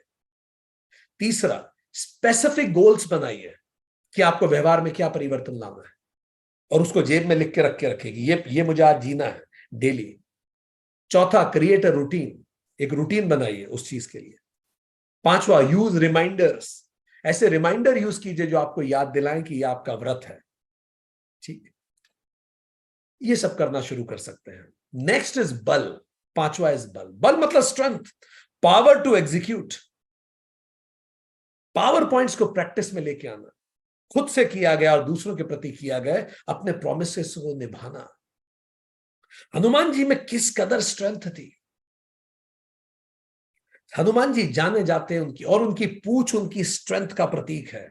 उठी हुई पूंछ मतलब in action, Hanuman in action. पर जैसे श्री राम के सामने आते हैं, झुकी हुई पूंछ, हनुमान इन सरेंडर। तुम्हें पता है कब पूंछ एक्शन में रहेगी, कब सरेंडर रहेगी। ये पूंछ की बड़ी महिमा है, हनुमान जी के बल का प्रतीक है पूंछ।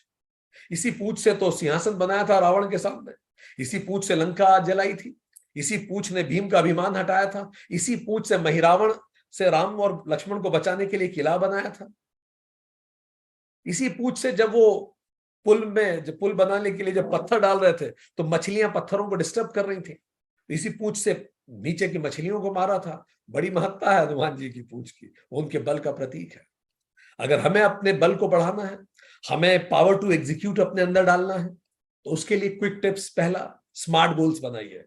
स्मार्ट का मतलब स्पेसिफिक होने चाहिए, जो भी आपके गोल है। वजन कम करना है, स्पेसिफिक, मेजरेबल होना चाहिए। ऐसी चीजें जो रियलिस्टिक हो, टाइम बाउंड होने चाहिए आपका गोल। फाइन, आगे बढ़े। दूसरा, उस जो भी आपने लक्ष्य बना उसको ब्रेक कीजिए, छोटे छोटे से टुकड़ों में ब्रेक कीजिए और उसको प्रायोरिटाइज कीजिए। Clear priority. दिन को चेकलिस्ट से शुरू कीजिए और चेकलिस्ट पे खत्म कीजिए, क्या क्या करना है, हुआ कि नहीं। डेलीगेट करना सीखिए। विजुअलाइजेशन को यूज कीजिए, विजुअलाइजेशन से बहुत फर्क पड़ता है। आपको जो भी एग्जीक्यूट करना है, थोड़ी देर बैठ के अपने आप को करता हुआ देखिए कि आज दिन भर में ये करूंगा, ये करूंगा, ये करूंगा। विजुअलाइजेशन आपकी इफिशिएंसी बढ़ा देता है। छठा, नेक्स्ट पॉइंट, विवेक। ये अगली क्वालिटी, एबिलिटी टू डिस्क्रिमिनेट। नित्य नित्य, सत्य असत्य, आत्मा अनात्मा, इनको डिस्क्रिमिनेट करना। ज्यादा जानना है आपको, हनुमान चालीसा सेशन 11 अटेंड कीजिए, वेदांत सेशन 12 अटेंड कीजिए। इसी विवेक से हनुमान जी ने सुरसा को हराया था। सुरसा को हराने के लिए वो बड़े हो गए, फिर छोटे हो गए और सुरसा को हरा दिया। नेक्स्ट इज दम, फिजिकल कंट्रोल। दम का मतलब discipline of body, speech, sense and behaviour. शत संपत्ति। देखिए, शम है मेंटल कंट्रोल, दम है फिजिकल कंट्रोल। तो दम बढ़ाने का मतलब ये कहते हैं ना, दमदार बनो। तो दमदार का मतलब यह है कि अपना शरीर, अपनी स्पीच, अपने सेंसेस और अपना बिहेवियर अपने कंट्रोल में रहे, इसको दम कहते हैं। 15 सेंटीमीटर की बाइसेप दम नहीं है, ठीक। इसीलिए आप देखो, भारत में जो हमारे अवतार हैं उनको मस्कुलर नहीं बनाया गया। हनुमान जी तो खैर एक अलग चीज का प्रतीक है, पर अदरवाइज राम कृष्ण को आप, ये आजकल बनने लगे, ये क्या बोलते हैं, ग्रीक पेंटिंग से प्रभावित है, वो मस्कुलर राम और ऐसे नहीं है। हमारे यहाँ दमदार जो है वो इन चीजों का प्रतीक है। Discipline of body, speech, sense and behaviour. और जानना है, वेदांत सीरीज अधिकारत्वम अटेंड कीजिए, उसमें पूरा सेशन इस विषय पे है, तो हम इसमें नहीं जाएंगे। शायद सेशन नंबर 13 है, अधिकारत्वम। आठवां, परहित, खुद से ऊपर सोचना, दूसरों के लिए सोचना, ये एक अलग क्वालिटी है। इसी को कहा गया श्रेय, और केवल खुद के लिए सोचना प्रेय है। तो श्रेय और प्रेय, श्रेय का मतलब मोक्ष और धर्म के लिए काम करना, प्रेय मतलब अर्थ और काम के लिए काम करना। इसी को एरिस्टोटल ने कहा, अरिस्टोटल ने श्रेय को कहा यूडोनोमिक। यूडोनोमिक का मतलब इंटरनल हैप्पीनेस, और जो प्रेय था उसको एरिस्टोटल ने कहा हेडोनिक प्लेजर्स। हेडोनिक मतलब सेंस प्लेजर्स, खुद के लिए मटेरियलिस्टिक प्लेजर्स। स्पिरिचुअल प्लेजर्स, परहित से जो प्लेजर मिलते हैं उसको यूडोनोमिक, और जो सेल्फिश प्लेजर्स होते हैं उसको बोलते हैं हिडोनिक प्लेजर्स। रिसर्च ने यह बताया कि ब्रेन में एक जगह होती है, उसको बोलते हैं वेंट्रल स्ट्रिएटम। वेंट्रल स्ट्रिएटम जो होता है, जो लोग श्रेय से प्रेरित होते हैं, जो परहित करते हैं, जैसे ही वो परहित करना शुरू करते हैं, उनका वेंट्रल स्ट्रिएटम जो है वो एक्टिवेट हो जाता है, वो ऑक्सीजन बढ़ने लगती है। और यही वो जगह है जहां से डोपामीन प्रभावित होता है। तो क्या होता है, जैसे ही आप किसी के हित, दूसरों के लिए कुछ कार्य कर रहे हैं, तो उनके अंदर डोपामीन प्रभावित होना चालू हो जाता है। ठीक।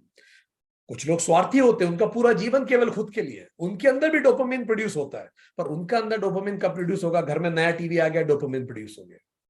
और जबकि जो श्रेय वाले हैं, दूसरों के लिए, अजनबियों के लिए कितना किया, तो डोपामिन प्रोड्यूस होता है।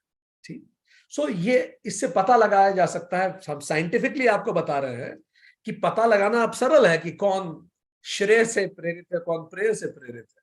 आप उस व्यक्ति को विजुलाइज कराइए कि आप वृद्धाश्रम जाके किसी को सेवा कर रहे हैं, देखिए आपका वो ब्रेन का वो हिस्सा एक्टिवेट हो रहा है कि नहीं, वेंट्रल स्ट्रिएटम एक्टिवेट हो रहा है कि नहीं। अगर वो हो रहा है, इसका मतलब ये जो व्यक्ति है ये श्रेय से प्रेरित है। ऐसे वो पता लगा लेते हैं, आजकल वैज्ञानिक पता लगा सकते हैं। भगवान कृष्ण ने गीता में कहा, जो केवल अपने लिए ही पकाते हैं वो पापी होते हैं, और वो पाप ही खाते हैं। गीता 3.13। इसीलिए हमेशा भारत में प्राचीन घरों में ये हमेशा संभावना रखती थी कि घर में कोई आए खाने के लिए तो कृपा कर रहा है, नहीं तो हम तो पापी हैं। खुद के लिए अगर हर व्यक्ति केवल खुद के लिए जिए तो संसार कल खत्म हो जाएगा। हमसे बेहतर तो मधुमक्खी है, वो भी दूसरों के लिए कुछ ना कुछ कर ही देती है। हनुमान जी से जब माता की अंजनी ने कहा कि आप गए थे वहां तक, लंका तो ले ही आते सीता जी को, तो हनुमान जी ने यही तो कहा, ये मेरी कथा नहीं है माता, ये कथा तो राम की कथा है। वाल्मीकि जी के लिए हनुमान जी ने अपनी लिखी रामायण खत्म कर दी कि चलो वाल्मीकि खुश हो जाएंगे। परहित तो हनुमान जी के जीवन का प्रतीक है।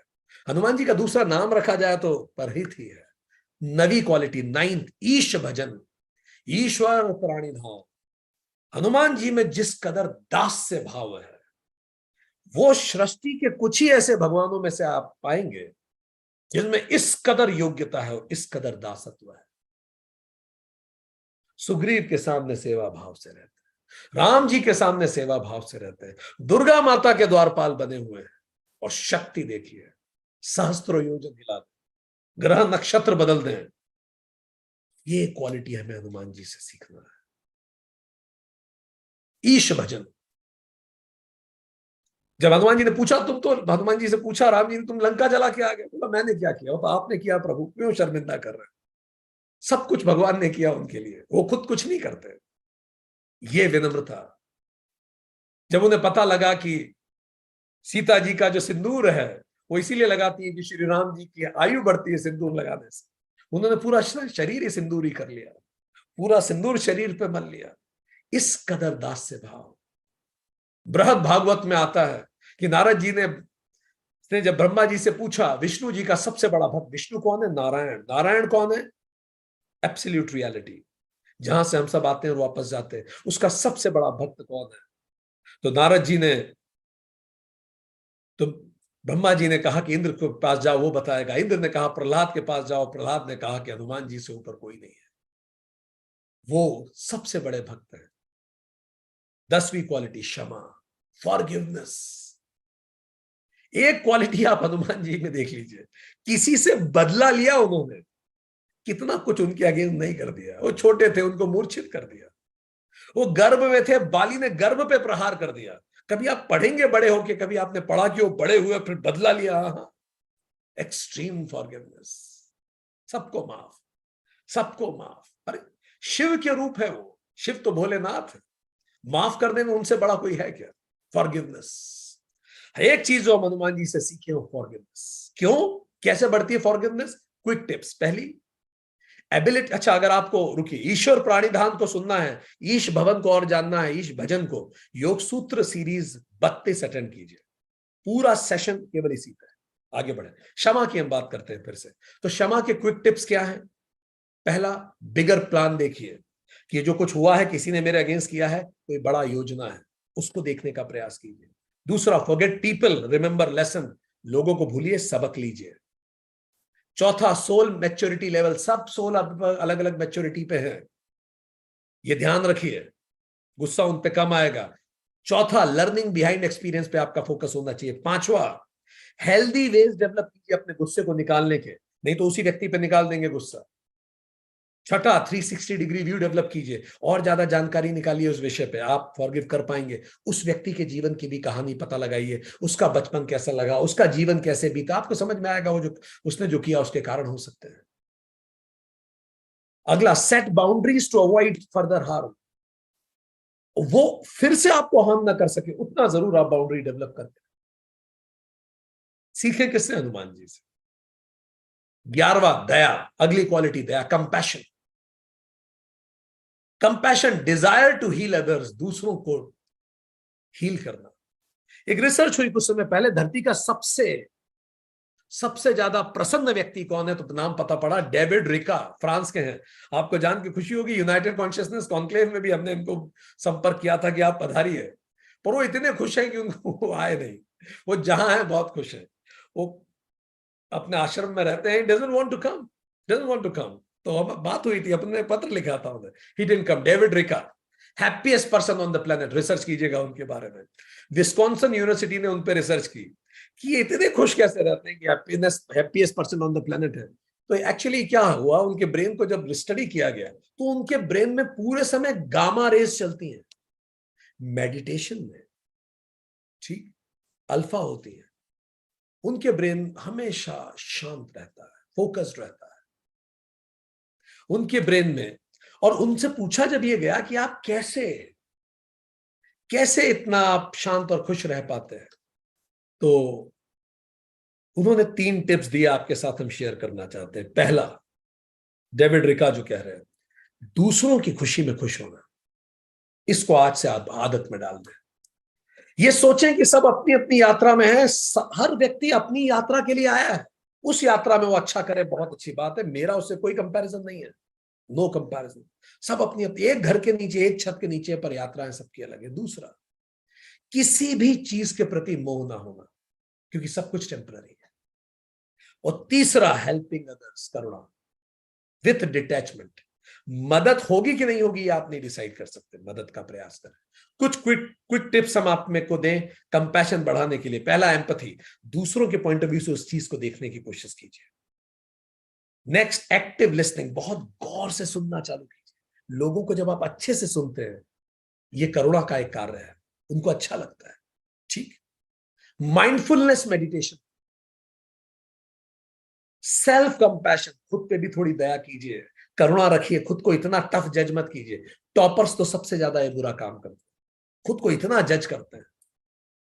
रैंडम एक्ट ऑफ काइंडनेस, रोज कोशिश करें कि दिन भर में रात को खाना खाने से पहले किसी एक व्यक्ति के चेहरे पर मुस्कुराहट में जरूर लाऊंगा, ये व्रत ले लें।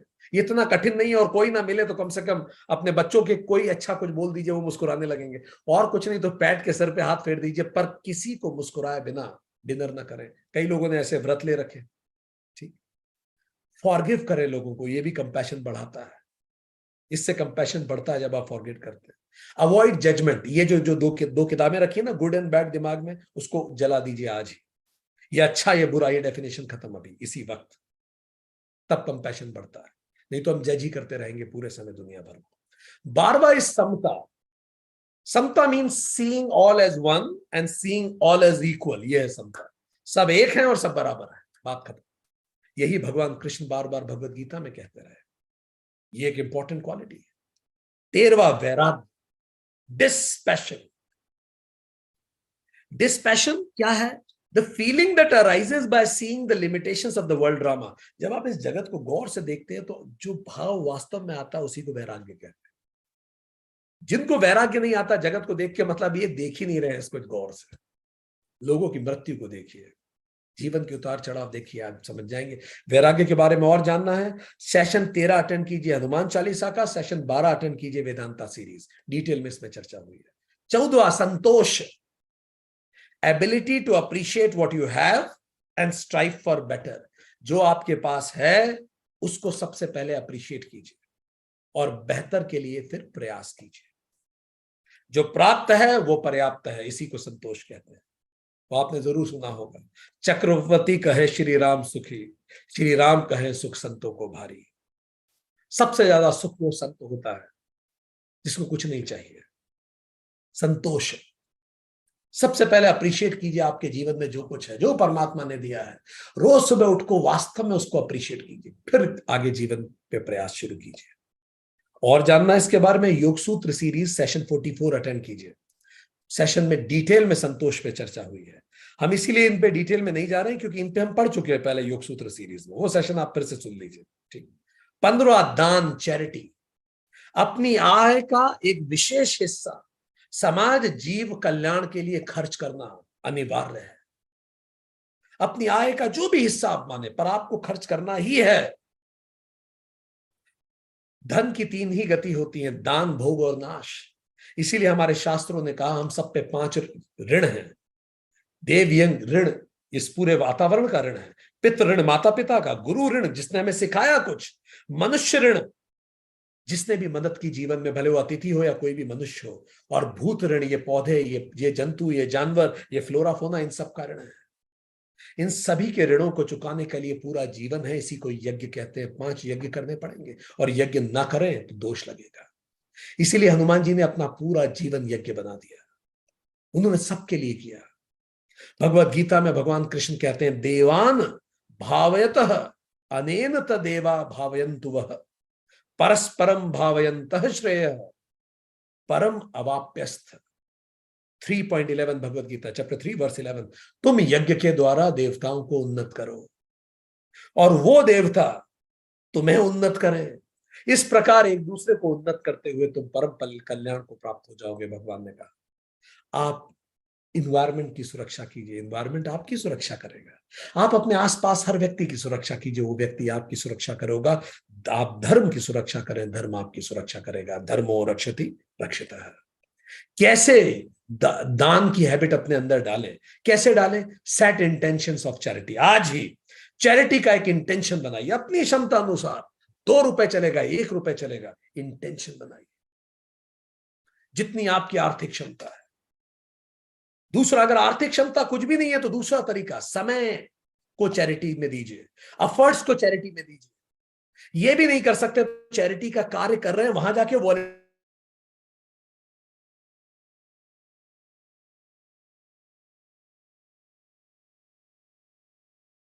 बजट, जैसे जिस चीज के लिए जो जीवन में मैं जहां नौकरी करता हूं जो गंभीरता होती वो गंभीरता, क्योंकि धर्म में अगर मैं गंभीर नहीं हूं तो मैं मक्कारी कर रहा हूं। डिसिप्लिन, जब भी मैं दान दे रहा हूं तो और कोई दान देके एहसान नहीं कर रहा, याद रखिए ये ऋण है जो चुका रहा हूं। Start small. तीसरी टिप, छोटा छोटा शुरू कीजिए, एकदम से ज्यादा नहीं, स्टार्ट स्मॉल। चौथा, चूज कॉजेस। कुछ कॉज चुनिए जिसके लिए आप कार्य करना चाहते हैं, उसमें योगदान दीजिए। 5वां, शेड्यूल इट, कैलेंडर में गोला बना के रखिए महीने का। छठा, इन्वॉल्व अदर्स, परिवार को भी इन्वॉल्व कीजिए, इससे आपको और मदद मिलेगी वो अच्छा काम करने के लिए। 7वां, ट्रैक प्रोग्रेस। हर महीने के बाद सोचिए इस पूरे महीने में मैंने इस धरती के लिए क्या किया कि मैं यूं ही जिया। Track your progress. 7वां, सेलिब्रेट माइलस्टोन्स। कुछ अच्छा कर दिया किसी के लिए, जोश से सेलिब्रेट कीजिए। किसी दूसरे के लिए आप खुश हो रहे हैं, इससे बड़ी बात क्या हो सकती है। 9वां, रिफ्लेक्ट ऑन इंपैक्ट। उस मेहनत का इंपैक्ट लोगों तक क्या पहुंचा, उस पर विचार कीजिए। एंड कीप इंक्रीजिंग, धीरे धीरे इन सबको बढ़ाते रहिए, ऐसे ही चलता है। 16वां, बुद्धि, रीजन, इसको विकसित करा। हनुमान जी से ज्यादा विवेकशील, किस कदर उनकी बुद्धि है। लर्निंग फास्ट, बुद्धि का मतलब विवेकशील होना, तेजी से कंसेप्ट। देखिए वो विवेक नित्य नित्य विवेक है, ये बुद्धि कंसेप्ट फॉर्मेशन। फास्ट लर्निंग, सारे वेद पढ़ गए, हनुमान जी के साथ उल्टे उल्टे दौड़ते हुए सीख के हमने पढ़ा था। हनुमान जी म्यूजिशियन है, वीणा बजाते, पोएट हैं, पूरी रामायण लिखती, राइटर हैं, मल्टी टैलेंटेड है। कैसे अपनी बुद्धि को शार्प करें, इंटेलेक्ट को कैसे शार्प करें? पहला, रीड रेगुलरली। हर महीने आपको कुछ ना कुछ एक किताब खत्म कीजिए, रोज पढ़िए, भले एक पैराग्राफ पढ़िए, रोज पढ़िए, भले 5 मिनट पढ़िए, रोज पढ़िए। सेकंड, आस्क क्वेश्चंस, खूब प्रश्न पूछिए। तीसरा, क्रिटिकल थिंकिंग, हर डायमेंशन देखिए, किसी भी चीज का अंधभक्त ना बने, इधर भी देखें उधर भी देखें। आप शार्प हो जाएंगे। चौथा, लर्न कंटिन्यूअसली, रोज सीखते रहिए। पांचवा, ब्रेन एक्सरसाइजेस कीजिए जिससे ब्रेन एंगेज हो, पजल सॉल्व करना है, समथिंग समथिंग, पहले खेलते ही थे ऐसे। छठा, मेमोरी टेक्निक्स को प्रैक्टिस कीजिए। स्कूल के बच्चे करते हैं ना प्रैक्टिस, ये 10 नाम बोलते हैं, अब याद करो आप कितने नाम रिप्रोड्यूस कर सकते हो, इसका ब्रेन फास्ट होता है। सातवां, श्रेष्ठ विज्ञान, highest wisdom, spiritual inclination develop कीजिए। इसके लिए गुरु को ढूंढिए, इसके लिए सत्संग कीजिए, इसके लिए शास्त्र पढ़िए। इससे अपने आप आपका आध्यात्मिक विकास होगा। और हो रहा है कि नहीं, इसका ऐसे टेस्ट है कि आप प्रेम का स्फीयर आपका बढ़ रहा है कि नहीं। 18वां, निर्मल मन, pure mind. See the bright side of the thing, मल मत रखिए मन में। सबको बेनिफिट ऑफ डाउट दीजिए, जितना दे सकते हैं दीजिए। किसी के लिए किसी पे गॉसिप मत कीजिए। सबकी गुडनेस में विश्वास।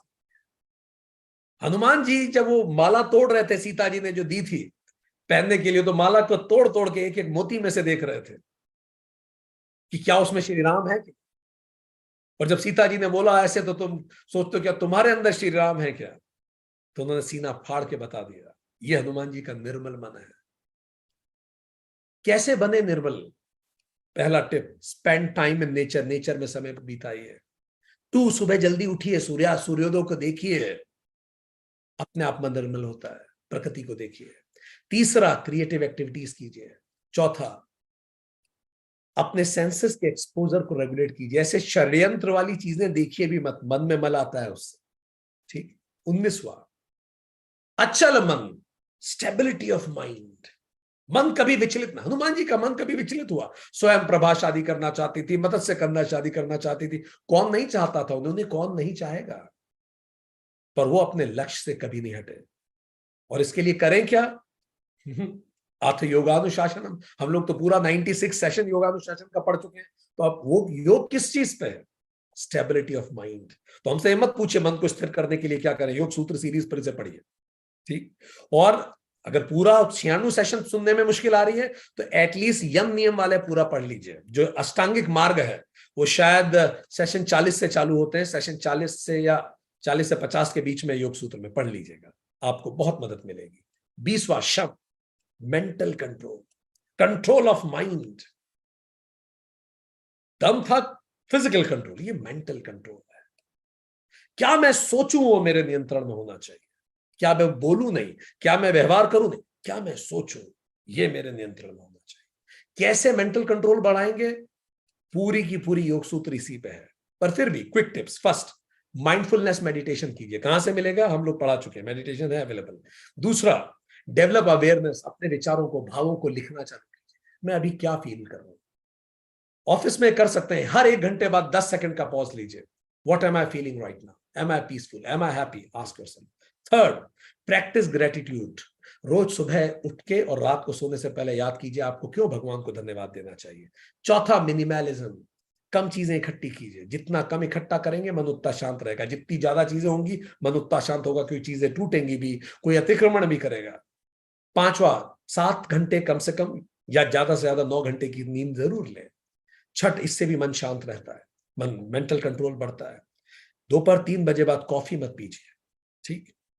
कॉग्निटिव रिफ्रेमिंग कीजिए। जीवन में जितनी घटनाएं हो रही है जो अच्छी नहीं लग रही, उसको रिफ्रेम करके देखिए कि क्या और दूसरा नजरिया हो सकता है इसको देखने का।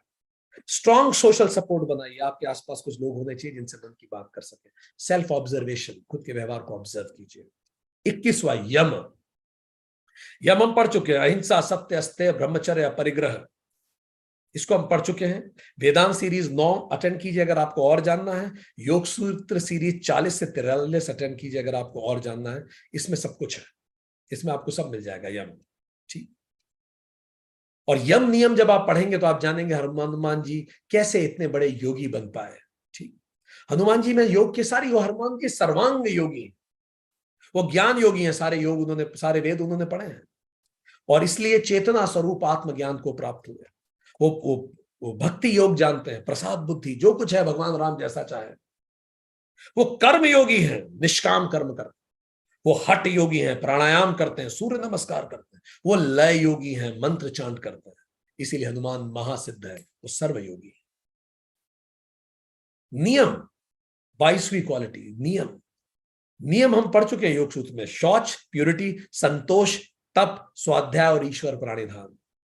आपको और जानना है तो तप को अगर आपको जानना है, पूरा 3 सेशन हमने इन विषयों पे लिया है, योग सूत्र 29 से 30 तक। स्वाध्याय पढ़ना है योग सूत्र 31, ईश्वर प्राणिधान जानना है योग सूत्र 32, सारा नियम पढ़ना है योग सूत्र 44 टू 46 या वेदांत सीरीज 9। ये सब ऑलरेडी हम पढ़ चुके हैं। नेक्स्ट 23वीं क्वालिटी विप्र पूजा। कंपनी ऑफ वाइब्स, योग्य लोगों की कंपनी में रही, अच्छे लोगों की। इसीलिए तो विक्रमादित्य जैसे राजा 9 रत्न रखते थे। बुद्धिजीवियों को अपने पास से कहीं मत जाने दीजिए, हाँ वो बड़े कीमती होते हैं। बुद्धिजीवियों की उम्र नहीं देखनी चाहिए, हम फिर रिपीट कर रहे हैं। विप्र जो है उसकी उम्र नहीं, उसकी सोल एज देखिए आप। हो सकता है आप 70 साल के हो सकता है आप 50 साल के हो, 60 साल के हो, और वो जो है वो 22 साल का है। जाइए उसके भी पैर छूइए, क्योंकि उसकी सोल एज आपसे बहुत ज्यादा है, अगर वो विप्र है। Company of vice. ये देखिए अमेरिका ने शेल्टर किया ओपनहाइमर को, उसने एटम बम बना के दे दिया। यहूदी भागे इजराइल से, उन्होंने पूरे यूरोप को रेनेसा दे दिया। विप्र जहां जाएंगे, महाभारत में विदुर की नहीं सुनी गई, कृपाचार्य की नहीं सुनी गई, सब बर्बाद हो गया। अष्टावक्र ने इतने छोटे, इतना छोटा, राजा जनक इतने महान और इतने छोटे अष्टावक्र के पैरों में लौट गए। कारण विप्र पूजा। पहले जमाने के राजा इसीलिए महान थे क्योंकि वो विप्र का बड़ा महत्व करते थे। और चौथा और 24 और अंतिम, Guru Puja. Have a mentor in life. हमेशा एक व्यक्ति गुरु होना चाहिए, होना ही चाहिए, जिससे आप पूरी अहंकार को छोड़ के समर्पण करें। इससे मन हल्का होता है। हनुमान जी ने अपने गुरु की दक्षिणा के लिए ही तो सुग्रीव की रक्षा का वचन उठाया। अपने गुरु के लिए क्या कुछ नहीं किया, वो बाली से भिड़ गए। हनुमान जी ने अपने गुरु के लिए सब कुछ किया। इसीलिए ये जो 24 क्वालिटीज हैं, यही श्री राम गीता है। इसको प्रभु मुद्रिका मेल मुखमाई। बस ये 24 क्वालिटी को रोज मंथन करें, यही को माला में जपें और खुद को देखें कि मेरे अंदर ये है कि नहीं। भव सागर को हम तर जाएंगे। यही हनुमान चालीसा में सिखाना चाहती है। चलिए क्विक रिकैप करें कि हमने क्या सीखा आज की इस सेशन से। So we learn from this session. हमने देखा जुग सहस्त्र योजन पर लील्योता ही मधुर फल जान। हमने इसमें देखा कि हनुमान जी के बारे में हमने जाना कि कोई गोल इंपॉसिबल नहीं है आत्मज्ञान से। आत्मज्ञान is beyond time and space, and आत्मज्ञान के वर्चू से हम अपनी डेस्टिनी तक बदल सकते हैं। लील्योता ही मधुर फल जान, प्रभु मुद्रिका मेल मुखमाई। और प्रभु मुद्रिका आज के जमाने में, कलयुग में, त्रेता युग में मंत्र इंपॉर्टेंट थे, कृत में ज्ञान इंपॉर्टेंट थे, द्वापर में युद्ध, एंड कल में संघ महत्वपूर्ण होगा। कलयुग में संघ महत्वपूर्ण होगा। धर्म के जो चरण हैं, त्रेता युग में सत्य महत्वपूर्ण है, कृत में दया महत्वपूर्ण है, द्वापर में तप, और कल में दान महत्वपूर्ण होगा। मोक्ष का माध्यम त्रेता में यज्ञ कीजिए, कृत में ध्यान था, द्वापर में पूजा थी, और कल में नाम जप था। 24 क्वालिटीज जो हमें भवसागर के पार लगा देंगी। इसमें से जो इंटरनल क्वालिटीज हैं, जो मुझे खुद के प्रति विकसित करनी है, वो ये सब है। शौर्य, धैर्य, सत्यशील, बल, संतोष, विवेक, वैराग्य, शम, दम, ईश, भजन, श्रेष्ठ विज्ञान, बुद्धि, निर्मल मन, अचल मन और नियम। और दूसरों को के प्रति मुझे क्या करना है? परहित, दया, क्षमा, दान, समता, यम। और एक्सटर्नल क्वालिटीज क्या है? गुरु की पूजा करना है और विप्रों का सम्मान करना है। हनुमान जी ये सब करते हैं, इसलिए भवसागर के पार जाते हैं। Thank you very much.